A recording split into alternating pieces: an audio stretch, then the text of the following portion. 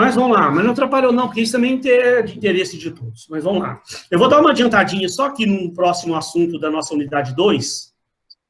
Depois eu paro e eu fico por conta de esclarecer qualquer dúvida que os alunos tenham. Eu não vou esclarecer agora, de imediato, dúvida, eu não vou ficar agora, porque daqui a pouco vai chegando mais aluno, aí começam a fazer as mesmas perguntas, eu tenho que ficar repetindo tudo de novo. Então, eu vou dar uma adiantadinha na matéria e depois eu fico aqui por conta, até as 8 horas, por conta de tirar dúvidas. A gente, na última aula, o último assunto visto foi essa questão das características dos objetivos. Né? Rapidamente aqui, onde eu falei que os objetivos têm que ser o mais específicos possível, né? Eu já tinha falado que ele precisa ter números, prazos, para ser o mais realmente, né? Pegando carona nisso, que tem que ser mensurável, né? Específico e mensurável, porque isso aqui está dizendo coisas complementares. Quando o autor fala de que ele tem que ser mensurável, ele já está dando exatamente isso, números, metas, prazos, né? 15% de redução nos custos nos próximos 6 meses. Então, aí está sendo específico. E também, se possível, estabelecer os responsáveis também, até quem vai fazer o quê. Né? A empresa tem que tomar esse cuidado para depois dos 6 meses. Se a coisa der errado, ela tem como entender quem errou, onde errou. Não é para chamar e chegar e punir a pessoa, não. É para poder corrigir, para que para frente, para o próximo exercício da empresa, ela não cometa aqueles mesmos erros. Dê um jeito de entender aonde errou para poder corrigir. Devem exigir esforços e ser atingíveis. Também falei bastante, dei um monte de exemplos aqui, né? Você não pode estabelecer uma meta que a pessoa sabe que nunca vai bater, porque senão, em vez de ser motivadora, ela é desmotivadora. Ela deve exigir um certo esforço, mas, porém, a pessoa tem que saber que se ela fizer um certo esforço, ela vai bater aquela meta. Senão, a pessoa desiste. Antes de ir para a guerra, antes de entrar no jogo, ela já desiste do negócio. Ela já entra no jogo sabendo que vai perder. Então, isso não é possível.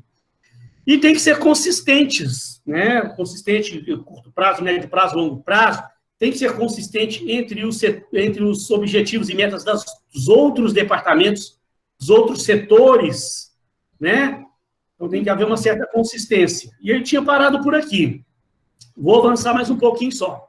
Então, esses objetivos também, eles têm que interagir no sentido vertical, de cima para baixo, de baixo para cima, e, para isso, a empresa cria objetivos estratégicos, táticos e operacionais.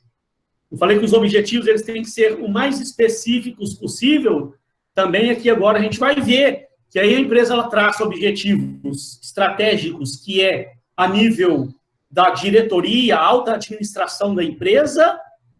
Por isso que fala aqui que se confundem com as políticas ou as diretrizes. São de longo prazo, que cobre a organização como um sistema global, com os objetivos estratégicos de longo prazo. E aí a empresa vai destrinchando esses objetivos, detalhando esses objetivos. Aí, primeiro, a nível tático, que é mais a nível gerencial, que aí são de médio prazo, que cobrem os setores, os objetivos de marketing, os objetivos de RH, os objetivos de finanças, objetivos de produção. Aqui nesse nível, são os objetivos relacionados aos resultados de lucratividade, participação de mercado, desenvolvimento humano. A gente vai ver já um exemplo ali, para você entender como é que isso funciona, né? As metas de cada departamento, e destrincha ainda mais a nível operacional. Então, você tem os objetivos estratégicos a nível da alta administração, os objetivos táticos, que são os gerenciais ali, e os operacionais a nível dos assistentes, supervisores, assistentes, ou seja, quanto mais detalhado, melhor, né? E aí, você, como se isso aqui fosse o organograma da empresa, depois eu vou mostrar um organograma na prática, e esse detalhamento, mas pegando essa figura aqui, sintetizando como se fosse o organograma da empresa, você tem lá em cima o presidente, os diretores e tal, né? Então, você tem a missão, a visão da empresa, aquela diretriz organizacional, né? E os objetivos estratégicos que estão lá, né, são os objetivos ligados à alta administração, que cobrem a empresa como um todo. A gente vai ver já já o exemplo. E aí você tem os objetivos a nível gerencial, que são os objetivos táticos, ou por setores, ou por divisões, ou por unidades estratégicas de negócio, que são a médio prazo. E você ainda tem os objetivos do plano operacional, o mais individualizado possível. São os objetivos de curto prazo. Se eu for tentar dar um exemplo, né, eu não tenho como dar um exemplo muito grande, pegar assim o organograma inteiro de uma empresa, que senão não cabe na tela aqui, vai ficar com a letrinha que aí todo aluno tem que pôr uma lupa para poder enxergar o negócio.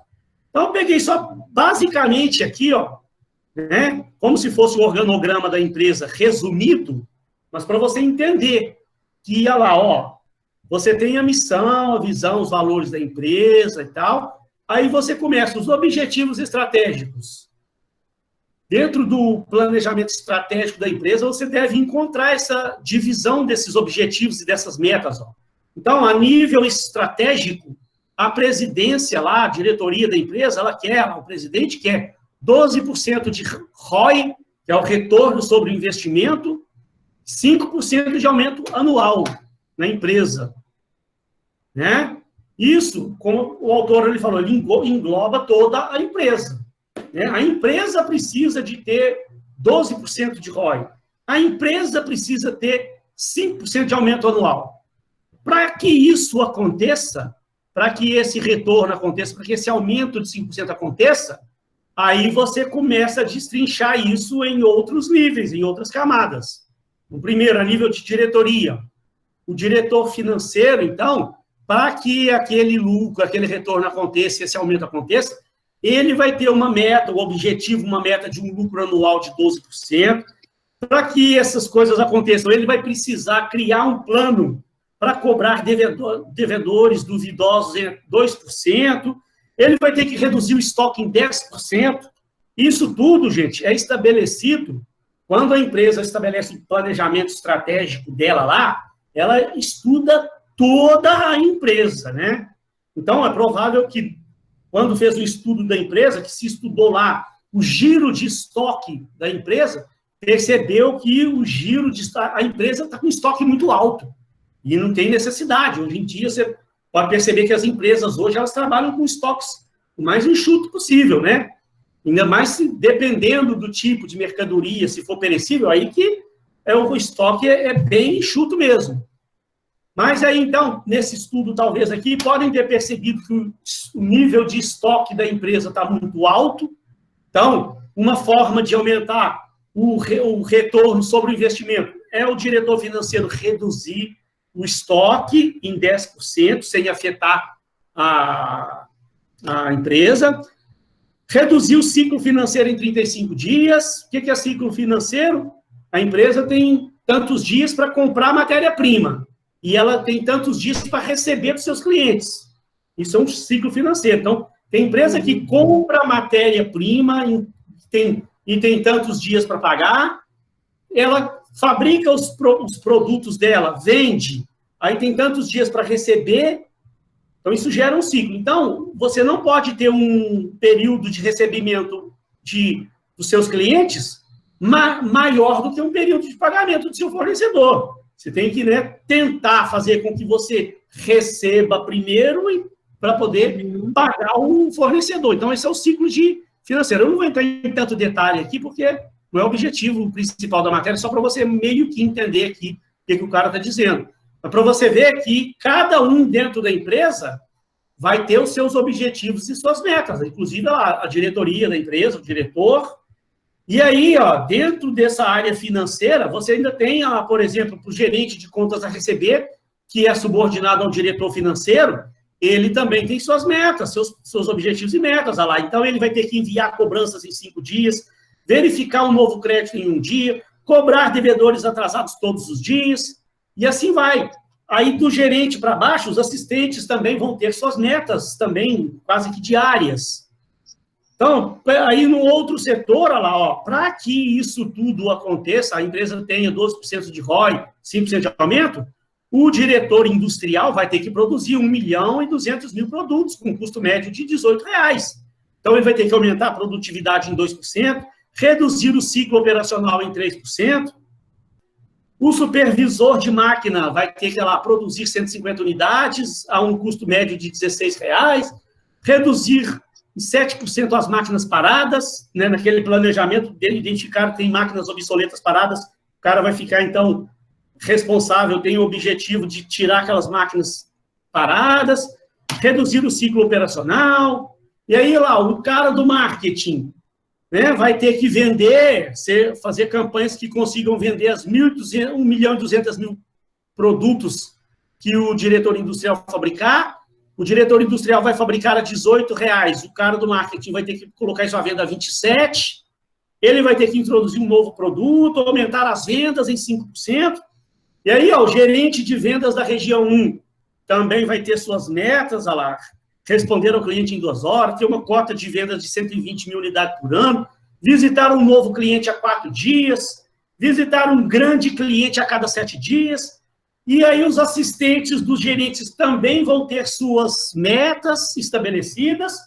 Então, perceba aí que a empresa, quando ela cria o planejamento estratégico dela, ela pensa nesses objetivos, nessas metas, em todos os departamentos, em todos os níveis da organização, seja a nível de diretores, a nível de gerentes, a nível operacional. E aí, por isso, voltando lá, que eles têm que ser consistentes uns com os outros, né? Isso é tudo, tem que um ir complementando o outro, funciona como uma engrenagem. Se o diretor industrial aqui não consegue produzir 1.200.000 produtos, como é que o diretor de marketing vai vender 1.200.000 produtos? Se ele consegue produzir, mas não consegue manter esse custo de R$18, ou o diretor industrial, como é que o cara do marketing vai garantir que ele vai conseguir vender a R$27, dando lucro, dando o lucro que a empresa quer, de 12%? Está vendo que é uma engrenagem. Então, gente, diante de um planejamento desse, num determinado momento, quando a empresa para, né, vai fazer os seus controles, percebeu que algo deu errado, não bateram as metas, o retorno que a empresa queria não foi estabelecido, não foi atingido, aquele aumento de 5% não foi atingido. Você tem isso aqui tudo detalhado, né? Aqui eu estou pegando resumido, né? Pensa isso no organograma da empresa todo. Aí, a alta administração lá em cima vai poder sair cobrando. Vai cobrar do diretor de marketing, ó, né? Por que não vendeu? Ah, não vendeu porque o cara não produziu. Você não produziu por quê? Ah, porque cada um vai ter suas respostas e a empresa vai poder fazer uma análise e identificar aonde está o erro, onde foi a falha. Como eu disse aquela hora, não é para chegar e punir a pessoa, não, é para corrigir, para que, então, no próximo exercício, no próximo planejamento, aquilo não aconteça mais. E para que no próximo, então, a empresa acerte. E quando isso é tudo muito bem planejadinho, cada um sabe das suas responsabilidades. Eu falei em algum momento, numa aula passada, cria mais responsabilidade por parte das pessoas.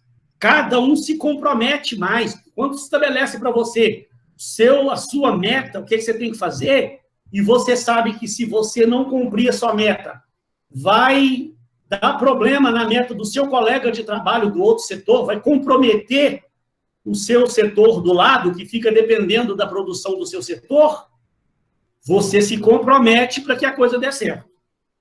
Eu dar um exemplo para você, gente, de uma coisa que eu já vi.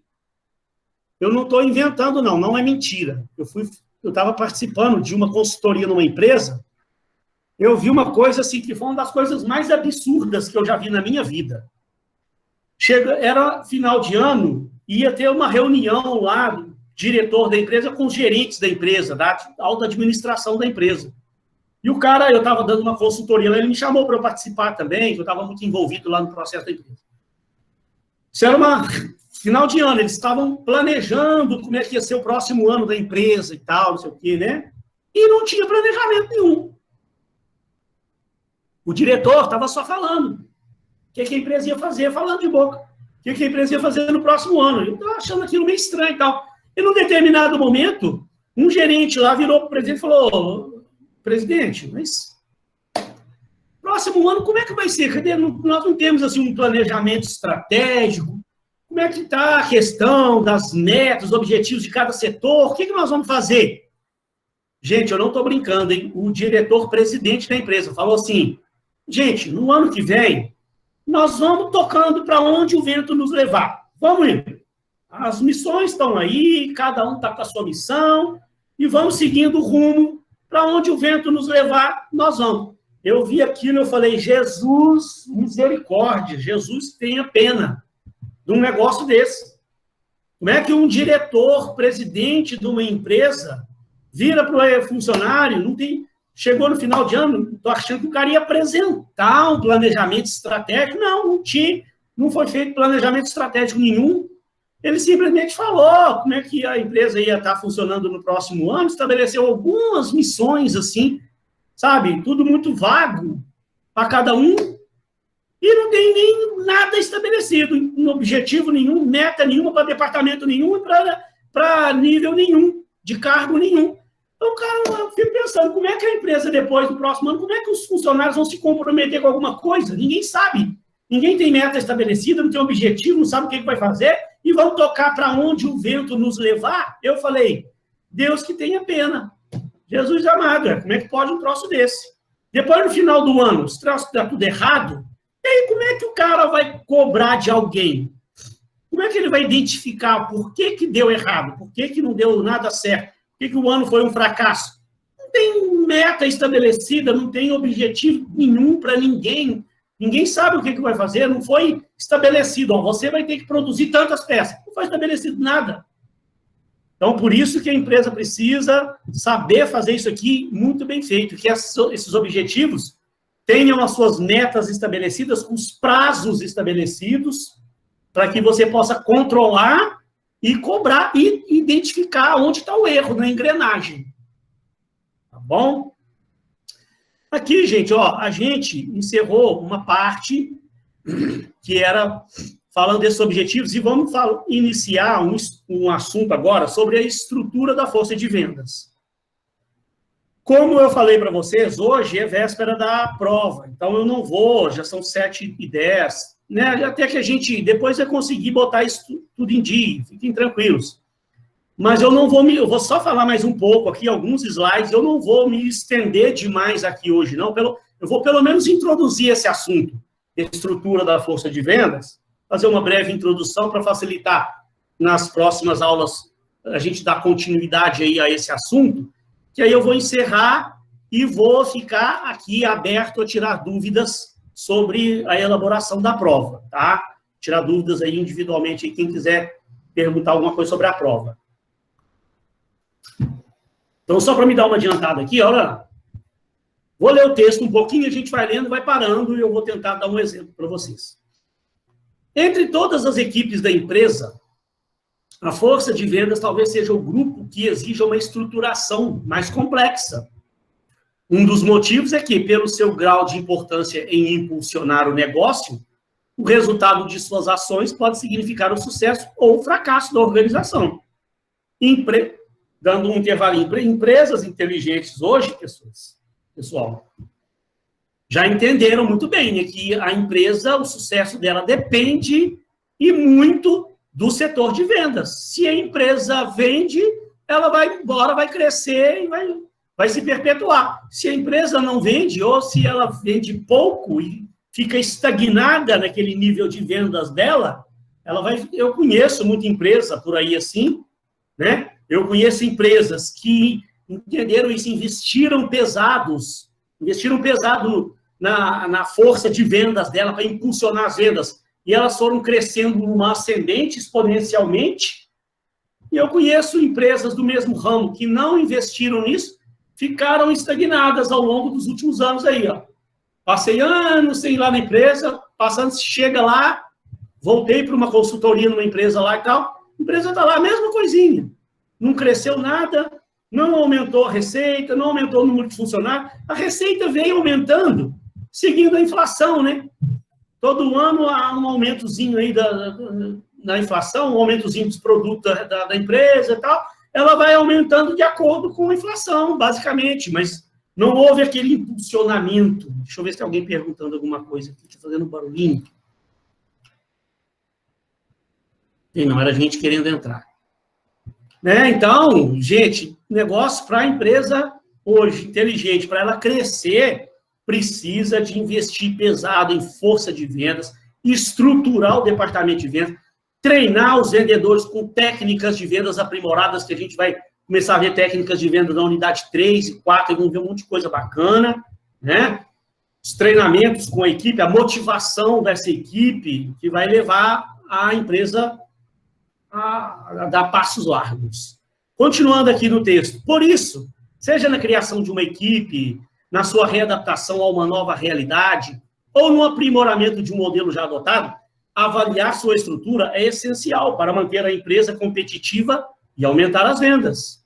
Aliás, a competitividade é uma qualidade valorizada no setor, o que é ótimo para a superação. No entanto, quando mal orientada, pode comprometer a união do time, tornando-se uma grande dificuldade na área.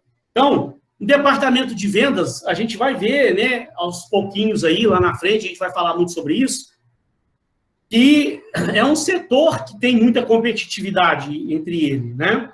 Mas essa competitividade, quando é saudável, é muito boa, porque, né, os vendedores eles precisam ter ali uma certa competição entre si, para que cada um tente produzir o máximo possível, superar o seu colega, e é isso aí representar um aumento para a empresa, em termos de números, em termos de percentual, mas, ao mesmo tempo, gente, o gerente de vendas ele tem que ter uma habilidade tremenda, porque essa pequena competição ela deve ser saudável e não comprometer a união do time, o que, num setor de vendas, às vezes, é difícil você manter.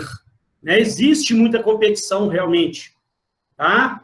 Existe muita competição. E o gerente de vendas ele tem que ter uma habilidade tremenda na liderança, estudar bastante liderança, para ele poder conseguir conduzir o time a bater as suas metas lá de forma unida, sem comprometer essa união. Né? Porque o setor de vendas, gente, ele... Né, sempre que a gente fala de vendas, ele está se envolvendo em comissões, valores, dinheiro. Um outro problema que eu sempre tive no setor de vendas, já há mais de 15 anos que eu sou gerente comercial. Um problema seríssimo que a gente passa é que existe um problema com outros setores. Parece que um probleminha de ciúme, o pessoal sabe que a gente ganha comissão, né? Sabe que a gente faz as vendas da gente lá, eu fecho um contrato lá, eu tenho a comissão, e o resto do pessoal tem só o saláriozinho deles lá. Não é toda empresa que tem comissões em todos os setores. Né? Tem determinadas empresas que cada setor tem as suas formas de ganhar seus bônus. Né? Mas não é toda empresa. Uma boa parte das empresas é o setor de vendas é que tem as comissões. Os outros setores, o pessoal trabalha lá, ganha lá o seu salário e pronto. Então, gera um certo ciúme, sabe? E controlar isso não é fácil, não. Outra coisa, os diretores, uma boa parte das empresas, o presidente, diretor da empresa, eles ficam assim com o setor de vendas. O tempo todo lá com o setor de vendas. O setor de vendas é muito paparicado. Isso gera ciúme com os outros departamentos. Mas o presidente, o diretor inteligente da empresa, ele sabe que o sucesso da empresa depende do setor de vendas. O setor de vendas arrebentar de vender lá, a empresa garante suas metas lá, vai fechar o ano bem, o presidente da empresa vai fazer bonito lá. Ele depende do setor de vendas. Se o setor de vendas for um fracasso, é ele que vai responder, não é? Ele que é o presidente, o diretor da empresa, responsável pela empresa, ele que vai colher os frutos desagradáveis se o setor de vendas for mal. Então, normalmente, existe um certo carinho a mais com o departamento de vendas, e muitas empresas têm. Isso gera um ciúme dentro da empresa com relação aos outros setores. É preciso tomar muito cuidado com isso. Então, pessoal, para não estender demais, eu vou só mostrar o que nós vamos ver na próxima aula. Um departamento de vendas, ele pode ser estruturado basicamente de 4 formas: por território, por clientes, por produtos ou de uma forma mista. Então, eu vou só rapidamente aqui para você entender que aqui agora também eu ia precisar de um tempo para poder embalar. Eu ia entrar no assunto de departamento por território, tem vários slides aí, e tem falando as vantagens e as desvantagens de cada um dessas formas de estruturar o departamento de vendas, que aí eu prefiro deixar isso, então, para uma próxima aula, que eu pego esse assunto aí e embalo nele aí, mato esse assunto todo, e a gente praticamente encerra quase que toda a unidade 2 aí, eu matando. Aí, numa aula, eu consigo falar sobre todo esse assunto aí, estrutura da força de vendas. Mas aqui, para você entender para onde nós vamos, é fácil. Um departamento de vendas estruturado por território é aquele onde a empresa delimita, por exemplo, determinado vendedor vai atuar na Zona Sul, determinado vendedor vai atender os clientes da Zona Norte, determinado vendedor vai atender os clientes da Zona Oeste, Barra da Tijuca, Recreio, Jacarepaguá, por exemplo. Né? Isso na empresa que eu trabalhei em Copacabana era assim. Eu tinha lá, eu sempre falo, eu tinha uma equipe de vendas lá, 17 vendedores. Eu tinha os vendedores que atuavam na Zona Sul do Rio de Janeiro, eu tinha os vendedores que atuavam na Barra da Tijuca, Recreio, Jacarepaguá, tinha os vendedores que tomavam conta da Zona Norte, da Tijuca para cima, Tijuca, Vila Isabel, Maracanã, e aí vai embora. Toda a Zona Norte ali, Madureira, Bento Ribeiro. E eu tinha uma outra equipe que ficava em Niterói e região. Então, esse é o departamento de vendas estruturado por território. A gente vai ver mais detalhes na próxima aula nossa sobre essa matéria. Vai ver detalhes e vai ver as vantagens e as desvantagens. Normalmente, ele é muito usado, esse departamento estruturado por território. Muito usado. Tá? Agora, pode ser estruturado por clientes. A gente vai ver os tipos, né? Mas, normalmente, um exemplo, por tipo, por tamanho de cliente. Eu posso, de repente, delegar determinados vendedores para atender pequenos clientes, ele fica só por conta dos clientes pequenos. Eu posso pegar outros vendedores e deixar para ele os clientes médios e determinados vendedores para os grandes clientes, empresas grandes. Né? E isso tem as suas razões para fazer isso. E a gente vai ver na próxima aula. Né? Ou por produtos. Né? Posso estruturar vendedores por produto. Imagina, isso aí normalmente é quando a empresa fabrica produtos com uma certa complexidade. Então, por exemplo, digamos que eu tenha uma empresa que ela fabrique carro, jet ski e lancha. Um exemplo. Né? Então, nunca que você vai conseguir um bom vendedor que saiba vender carro, saiba vender jet ski, saiba vender lancha ao mesmo tempo. Normalmente, o cara tem uma especialidade, ele entende tudo de carro. Ele vai saber vender bem carro. Tem um outro vendedor que entende tudo e mais um pouco de jet ski. E um outro vendedor que entende tudo de lancha. E para cada tipo de produto desse, os clientes têm perguntas distintas, necessidades diferentes. Então, o vendedor ele tem que procurar se especializar naquilo. Você pode achar um vendedor que entenda de tudo. Né? Não há impedimento, não. Mas, normalmente, a empresa estrutura sua força de venda dessa forma por produtos, eles são nessas situações. Bota o vendedor para vender produto carro, o outro vendedor para vender só jet ski, e o outro vendedor só para vender lanchas e afins. Aí ele se especializa naquela linha de produtos ali. Tá? E uma forma mista, para encerrar aqui. Uma forma mista é você fazer combinações. O cara pode ter o território dele e dentro daquele território ele só atende clientes grandes. Ou ele tem o território dele, por exemplo, o vendedor ele vai atender, a empresa vai colocar um vendedor para atender todo o Rio de Janeiro para vender jet ski. Aí ela tem um outro vendedor que vai atender o Rio de Janeiro para vender lancha. E aí, lá em São Paulo também, ela tem um vendedor para São Paulo para vender jet ski, e um vendedor para São Paulo para vender lanche. Então, o cara está adotando uma forma mista. Ele tá delimitando tanto por território quanto por produtos. Né? E aí, não existe também, aí, só para encerrar aqui, uma receita de bolo, né? É a empresa que tem que se planejar e entender o tipo de cliente que ela tem, o tipo de produto que ela vende, para ela saber adotar qual estratégia que vai funcionar melhor, qual a estrutura de equipe, de força de venda, que vai funcionar melhor para aquela atividade dela, para aquele negócio dela. Pessoal, então, ó, como eu tinha prometido, ó, 18h25. Foi bom, eu dei uma pequena adiantada na matéria. Na próxima aula, que é o próximo encontro nosso, que tiver aula mesmo, a gente já até, inclusive, iniciou esse assunto novo, eu já dou sequência e encerro esse assunto de estrutura de força de venda, e a gente praticamente fica próximo de encerrar essa unidade 2. Já ficar livre depois para ficar falando de técnicas de venda, outras coisas mais bacanas. Então, pessoal, eu não sei como é que é melhor para vocês de eu esclarecer dúvidas. Se eu pego a prova, vou lendo e vou tentando exemplificar, e aí vocês vão tendo dúvida, vão perguntando, ou se eu abro aqui para vocês irem individualmente me fazendo as perguntas pontuais sobre as dúvidas que você tem especificamente. Alguém tem alguma sugestão para me dar aí? Quer que eu pegue a prova e vá lendo ela eu vou pegar a prova, acho que é melhor. Vou só responder aqui ao nosso amigo aqui, ó, que perguntou, que é importante aqui a pergunta dele, ó. Ah, não é nosso amigo, não, desculpa, é da Janine. Próxima aula é só entrega ou você dará aula? O que vai acontecer na semana que vem?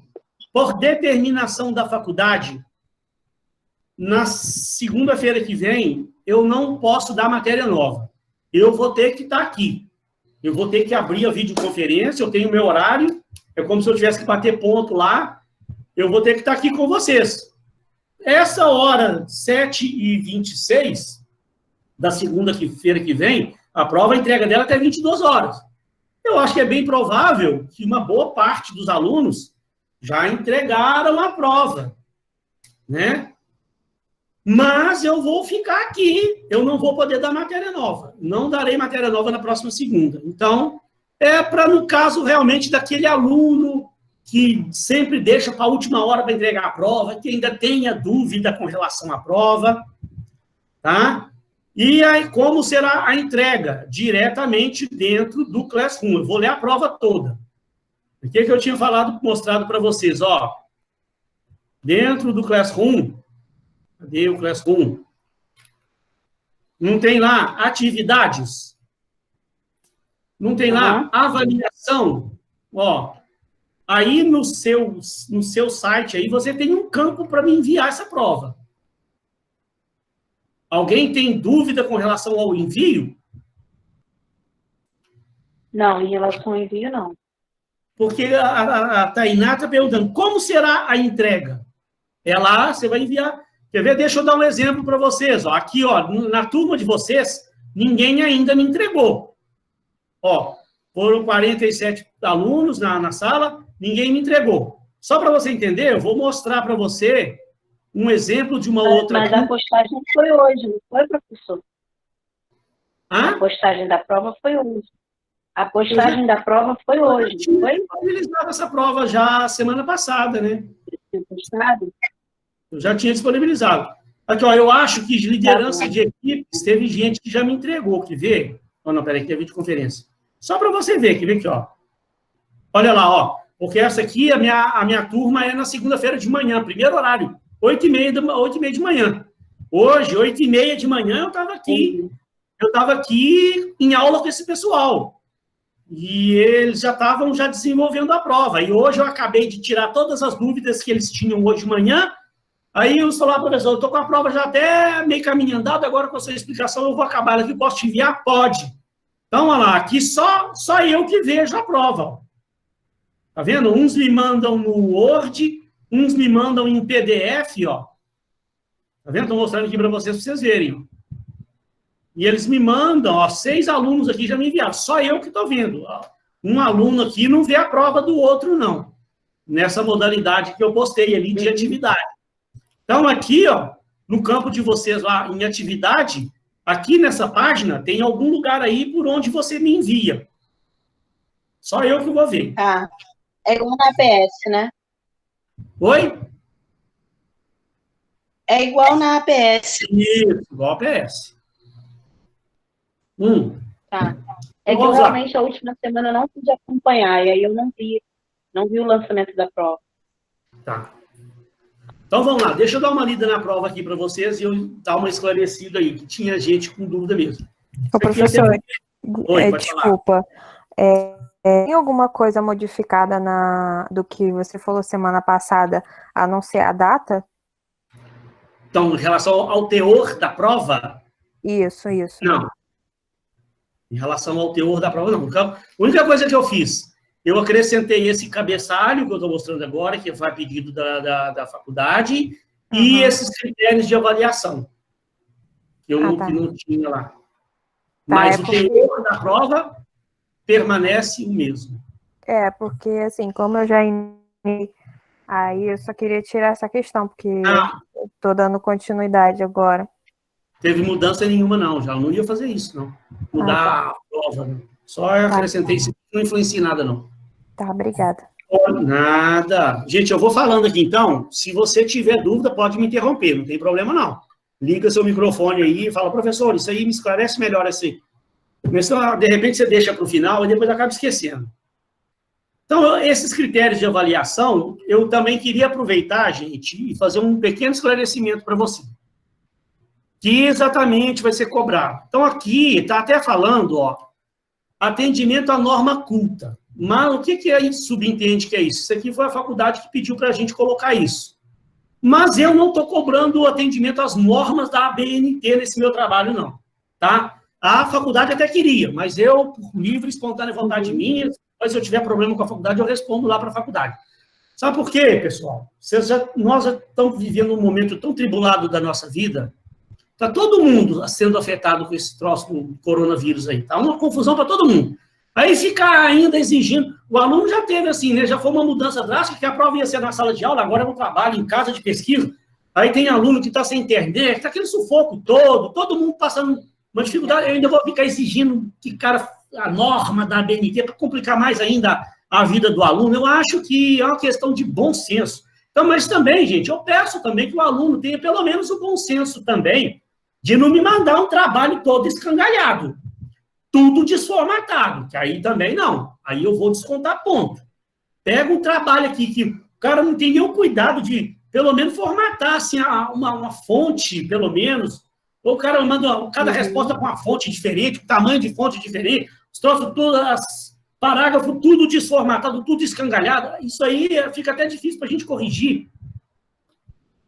Então, eu não vou cobrar normas de ABNT, mas, por favor, tente dar uma caprichada, pelo menos mais ou menos, deixar uma formataçãozinha bonita. Igual tá a minha prova aí, ó, ela não está nas normas da ABNT, mas tá bonitinha, tudo formatadinho, bonitinho e tal, né? E aí eu vou cobrar, né, na verdade, a correlação, isso aqui, ó, correlação teoria com a prática. É uma prova bem prática. Eu dei um exemplo aí para vocês aí de uma empresa real. A gente sabe, já falamos na aula passada que a empresa está em 4º lugar porque ela passa lá pelos seus problemas e tal, mas é um caso bem para uma oportunidade do aluno praticar, criar uma estratégia de comunicação que vai otimizar as vendas da empresa e tal. Então, ele saber aplicar o conteúdo que foi visto aqui. E me mostrar que realmente ele entendeu o negócio, né?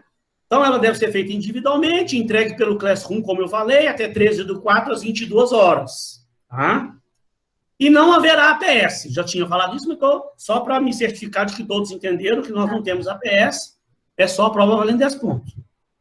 Então, a primeira aqui é sobre o mix de comunicação, uma informação inicial sobre o mix de comunicação.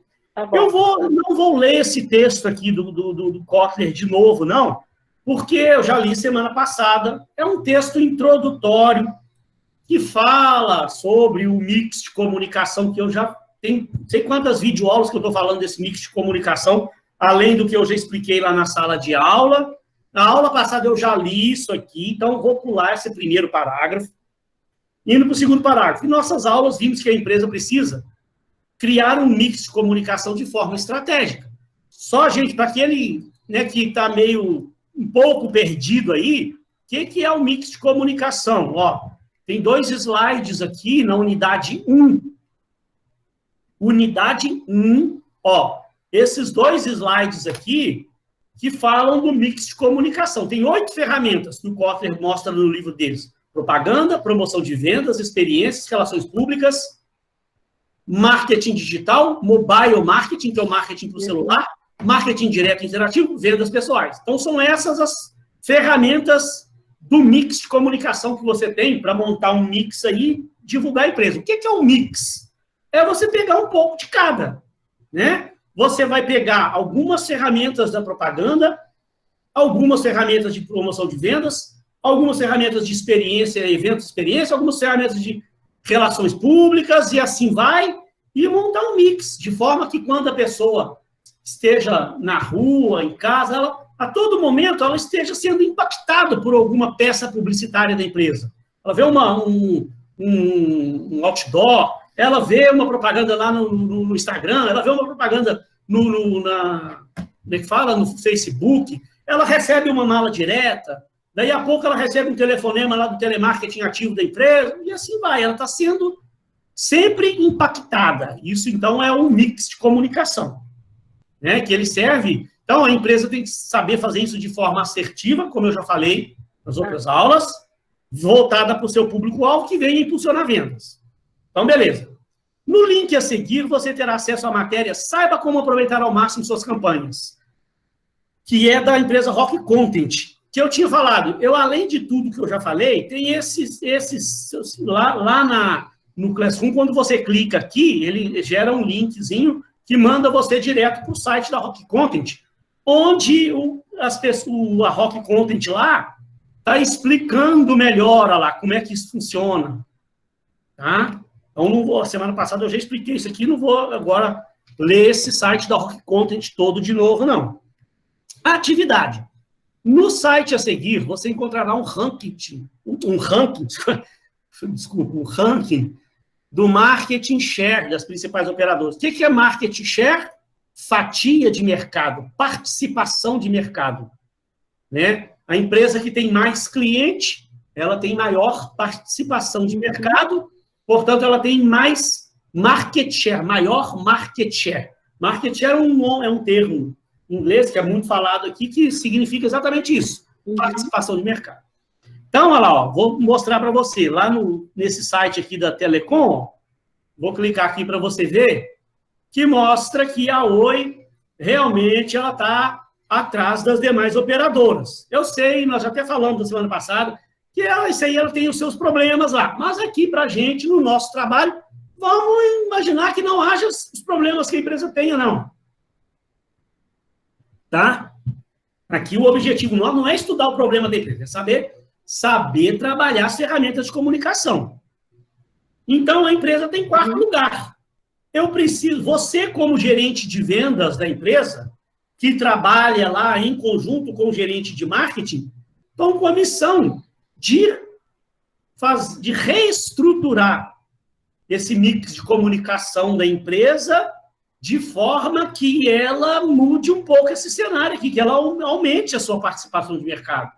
Pelo menos ela aproximar da terceira e da segunda e da terceira colocada aqui, ó, de 16% aqui, passar para uns 21% aqui, para ficar mais próximo, pelo menos, e num momento futuro, quem sabe, pensar em passar as concorrentes dela.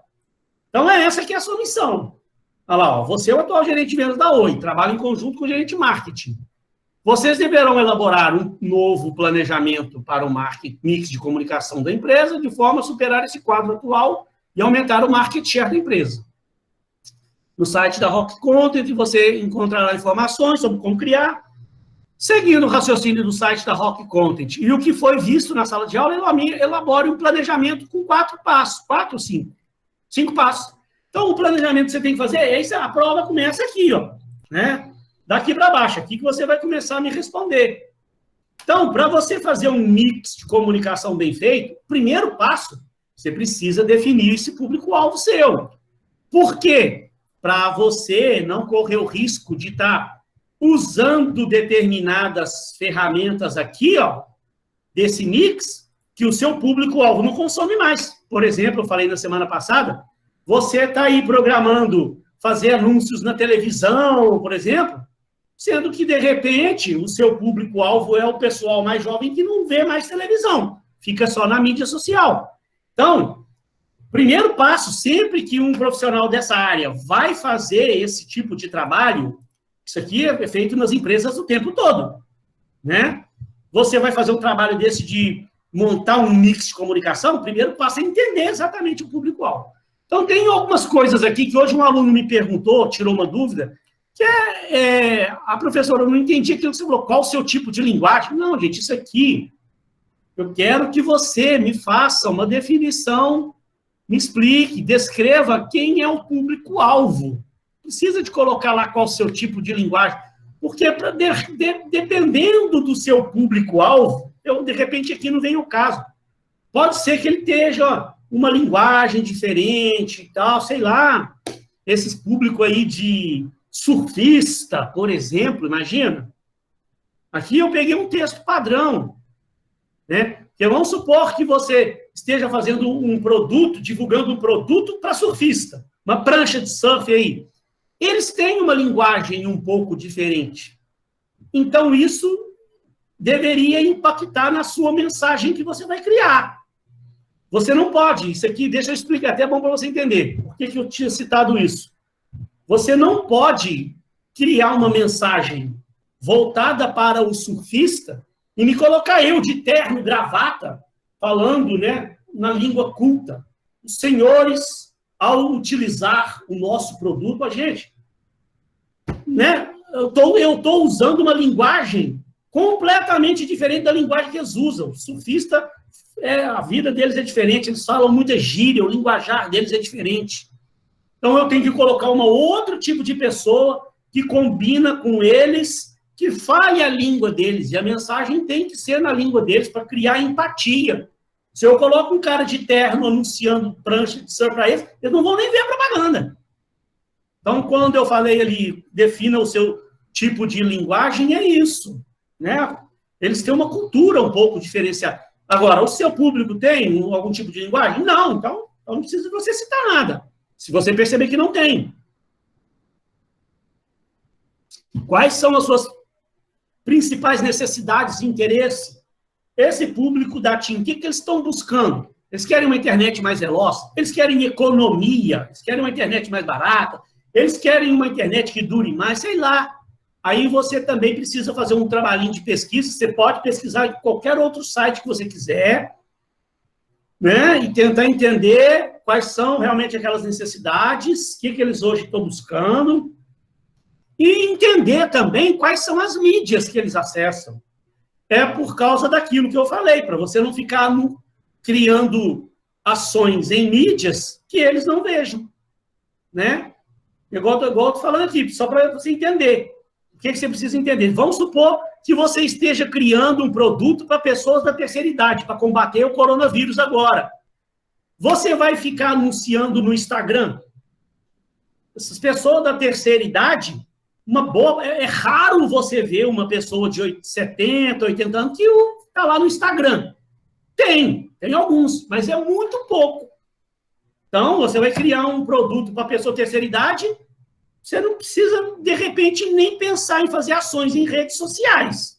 Aí você vai usar mais o quê? Televisão. Tá? Cambada de velhinho, tudo em casa. Agora, a única diversão deles é ver televisão. Então, provavelmente, eles vão ver o seu comercial. Então, tá vendo? É só para você entender isso. Agora, gente, não quero também você se preocupar em fazer textos grandes, demais, mirabolantes. Não, seja objetivo resumido. pode ser resumido. Eu quero que você seja assertivo, né? Assertivo aqui na sua resposta. Defina a estratégia de posicionamento. Essa estratégia de posicionamento, eu quero, é aquilo lá que a gente viu, ó, vou mostrar lá para você. Nessa aqui, ó, estratégia de posicionamento amplo, estratégia de posicionamento específico, estratégia de posicionamento de valor e preço, e a proposta total de valor. Então, aqui são 4 coisinhas. É curto. Qual a estratégia de posicionamento amplo? Diferenciação. Qual a estratégia de posicionamento específico? Por exemplo, maior velocidade, que não é a internet, sei lá, estou dando um exemplo. Ou, se você percebeu que o seu público quer economia, maior economia, o menor preço. Aí, lá em cima, de repente, poderia ser estratégia de liderança de custo. Estou dando um exemplo. Quero que você use aí a sua criatividade. E aqui... Professor, pode interromper.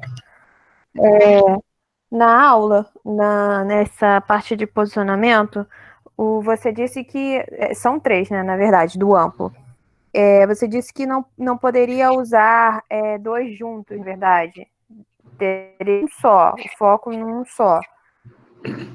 Deixa eu explicar. Eu falei na sala de aula o seguinte: o cara, quando criou essa estratégia aqui, lá em 1979, lá na época, no livro dele, o Porter, ele falou assim, ó, a empresa não pode querer combinar essas estratégias aqui, ó, diferenciação e liderança de custo. Porque uma choca com a outra. Você vai querer criar um produto diferenciado, né? Vamos pegar um exemplo da Oi. Imagine que você é um dos gerentes de vendas e marketing da Oi lá, e você quer criar um produto de altíssima tecnologia. Então, é um produto diferenciado. Você vai querer adotar a estratégia de diferenciação. Então, você não vai ter... Para criar um produto de altíssima tecnologia, você vai ter que investir em pesquisa, você vai ter que investir em desenvolvimento de um novo produto, você vai ter que contratar profissionais que são caríssimos, capacitados para poder desenvolver essa nova tecnologia. Digamos que você queira lançar um produto, uma tecnologia 8G, sei lá, nós temos 4G, 5G hoje, ela vai lançar uma tecnologia 8G, que vai acabar com essas concorrentes tudo. Você vai ter que investir uma fortuna em pesquisa e em desenvolvimento dessa nova tecnologia. Aí você vai querer também, ao mesmo tempo, adotar a estratégia de liderança de custo. Como você vai ser líder em custo? E vai querer chegar com esse produto por um preço mais barato no mercado? Então, você está uma coisa chocando com a outra. Então, não deve... Não, né? E aí, à luz dessa teoria desse cara lá, ele tem certa razão. Aí ele falou, você pode, de repente, é o seguinte, combinar uma estratégia de enfoque com a diferenciação ou uma estratégia de enfoque com a liderança de custo. Aí, por exemplo, você vai focar um determinado público para Oi, vamos supor que você queira fazer uma campanha voltada para o público jovem, para que a população jovem, adolescentes e pessoal na faixa etária de 13 a 20 anos aí, que você disseminar a Oi em cima desse pessoal aí. Para que daqui a uns anos você saiba que essa rapaziada aí da escola de segundo grau, de pré-universitários, aí está todo mundo usando a Oi. Entendeu? Você está focando no público. E aí você pode, então, com esse produto diferenciado seu. Aí pode combinar o enfoque com a diferenciação. Só que agora, recentemente, houve um livro, A Estratégia do Oceano Azul, que o cara lá, ele fala de um meio de você combinar diferenciação com liderança de custo. É uma estratégia mais moderna, mas que, assim, a empresa precisa estudar a fundo para fazer isso. Ele dá um exemplo lá do Cirque du Soleil, que fez isso maravilhosamente bem. Então, essa estratégia do Oceano Azul é uma teoria mais moderna que veio mostrar que dá. Mas aqui, nesse trabalho nosso, nós não vamos preocupar com isso, não. Quero que você fique preocupado com teoria da estratégia do Oceano Azul, não. Eu quero aqui que você, né, na definição da sua estratégia de posicionamento amplo, Você pode optar pela enfoque com diferenciação, ou então só a diferenciação, ou só a liderança de custo. E aí vem terminando os outros pontos. Ó. Estratégia de valor e preço, é mais valor por mais preço, mais valor pelo mesmo preço, mais valor por menos preço, tal. Por fim, toda não espirra não, para não passar coronavírus para nós, hein?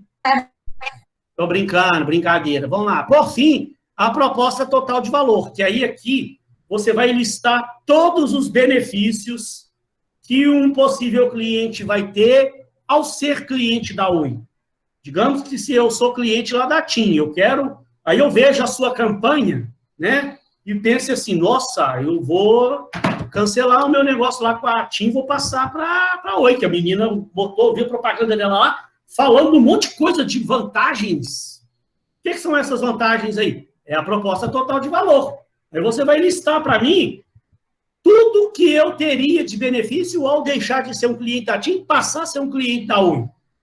Para você poder me convencer. É isso aí que vai ser utilizado nos seus materiais de campanha, sua mala direta. Se vai botar uma menina panfletando lá na praia, distribuindo panfletinho, fazendo propaganda dessa campanha nova, as coisas dessa proposta total de valor vai ter que estar lá, naquele panfletinho lá, mostrando todos os benefícios. Aí, vamos lá, definiu a estratégia. Monte um mix de comunicação. A partir do público-alvo que você definiu, você vai montar um mix de comunicação. Então, monte um mix de comunicação tentando utilizar o máximo de ferramentas possível. Explore diferentes canais de comunicação.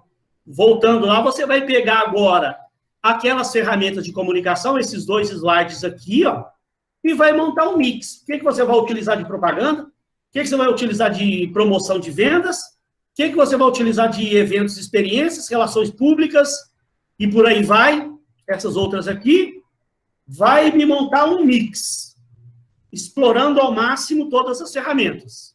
Professor, tá? Não pense em limitação de orçamento por enquanto. Quer perguntar? Mais uma coisinha. Esse mix de comunicação, eu escolho, vamos outdoor. Aí embaixo eu tenho que descrever o porquê a escolha do outdoor, né? Não. Conforme a minha estratégia. Não precisa descrever, não. Nem precisa também criar o layout, o design do negócio, não, tá? Tá bom. Só listar para mim o que a empresa vai utilizar. Não quero que você monte o layout lá do outdoor, não. Nós aqui não estamos fazendo curso de design gráfico, não. Tá bom. Você monta para mim as ferramentas que você vai utilizar. Explorando, né, ao máximo aí esses canais.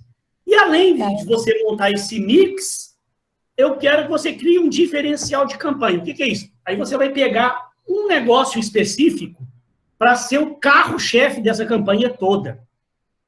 Né? Toda campanha, normalmente, ela tem isso. Né?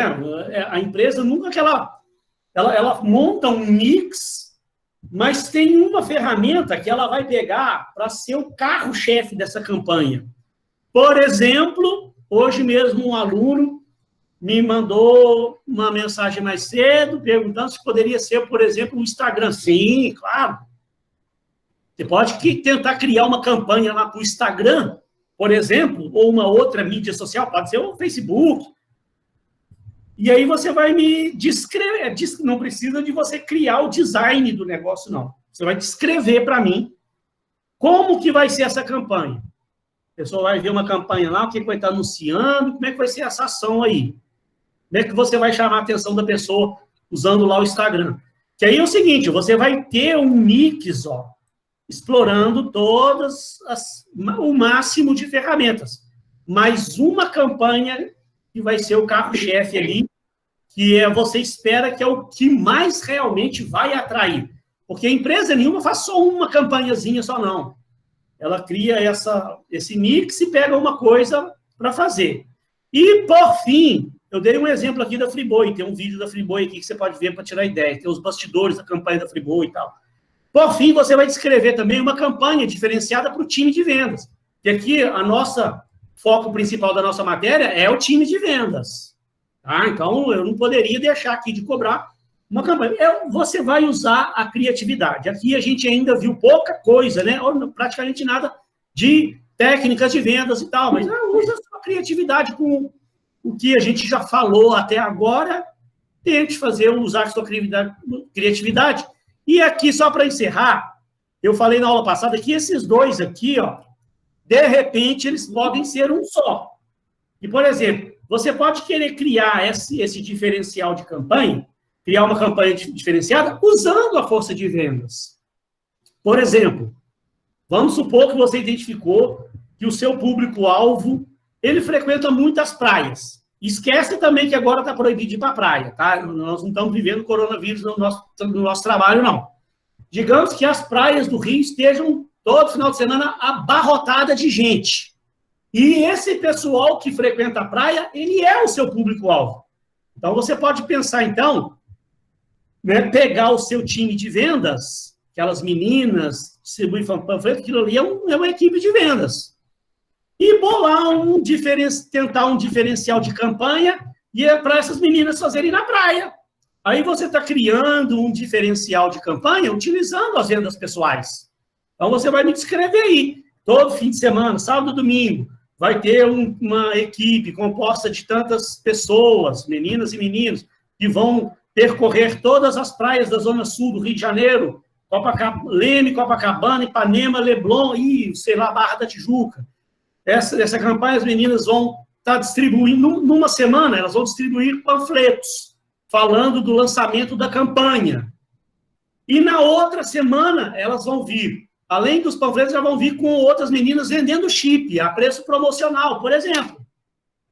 Aí você está usando os dois num só. Agora, você pode querer criar esse diferencial de campanha usando o Facebook. Aí, então, você não está utilizando venda pessoal. Aí você tem que criar uma outra campanha voltada para venda pessoal. Essa aqui é a ideia do coisa. Aí eu quero ver a criatividade de vocês. Você também fazer um trabalho igualzinho isso que eu falei aqui também. Eu vou olhar para pô, a menina pegou exatamente o que eu falei, escreveu no trabalho dela. Né? Foi bacana, vou corrigir lá, vou descontar algum ponto, ué. Eu vou olhar bastante essa capacidade do aluno usar a criatividade dele, pegar essas ferramentas aí, tenta imaginar o que você pode trabalhar dentro disso. Aqui eu estou falando de YouTube, ó, marketing digital aqui, por exemplo. Você tem YouTube, você tem LinkedIn, você tem blogs, site, então pode ter uma campanha no YouTube, um vídeo, sei lá, que vai rodar essas redes sociais. Você pode pensar num vídeo, tentar um vídeo viral, é um outro exemplo. Professor, desculpa a interrupção. E é sempre voltado para o mercado externo, né? Para quem a gente quer atingir, porque é difícil a gente desvincular o que a gente está vivendo hoje do que a gente está estudando. A questão do coronavírus, as empresas também elas têm tentado se fortalecer internamente junto com seus empregados. Então, elas têm feito campanhas também para se fortalecer, para levantar a autoestima do empregado, para fazer com que ele fique motivado e tenha ideias bacanas para vender mais. Nesse momento aqui da sua matéria, isso não é levado em consideração. Realmente, a gente tem que pensar no mercado externo, na venda e lucratividade, e não nessa coisa interna que seria de levantar a autoestima de quem está no meio do furacão aqui para poder incentivar e fomentar as vendas, melhorar as vendas. Eu não sei se eu entendi bem, porque ficou um pouquinho falhando em algum momento, não sei se eu entendi bem. Uhum.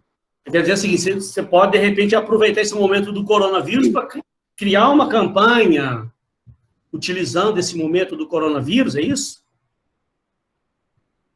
Mas na verdade não seria para o mercado externo, seria para a própria força de trabalho, incentivar a força de trabalho, tanto a parte de marketing quanto de produção e RH, melhorando a autoestima dessas pessoas, né, que está envolvida, para melhorar as vendas, para tentar melhorar o resultado da empresa que está sendo impactada. Isso não deve ser levado em consideração agora. Não, eu acho que aí não. Eu acho que a ideia principal, o foco principal do nosso trabalho estimular o aluno trabalhar mesmo, sabe, essa questão da venda externa mesmo, fazer aumentar a venda, entendeu? Eu acho que o foco maior é esse. Tá. Uma aluna perguntou, precisa colocar as fontes das pesquisas? Se você pesquisar outros sites, tirar ideia de outros sites, seria muito bom que no final você citasse lá, né? Sites pesquisados. Coloca só o linkzinho dele lá. É bom. Tá? Ficou claro? Ficou. Alguém tem alguma pergunta? Que são 8 horas. Aí se não... Por mim tá ok, professor. Pode responder direto nessa prova? Sim. Eu falei no início, pode utilizar a minha prova lá como modelo para você responder ela mesma e encaminhar. Pode me encaminhar em Word, PDF, o que você achar mais prático aí para você. Tá direto dentro da atividade. Pessoal, então, encerrando aí, muito obrigado. Até quem quiser já pode ir encerrando, pode ir saindo. Se alguém tiver alguma dúvida, eu fico aqui ainda mais 2 minutinhos para esperar para ver se realmente ninguém tem dúvida nenhuma jamais mesmo. Quem encerrou, pode ir, né, fazer outras atividades aí. Eu daqui a pouco vou estar com o pessoal de projeto aí. Gente, muito obrigado. Bom, professor, obrigada. Beijo no coração. Fiquem com Deus aí.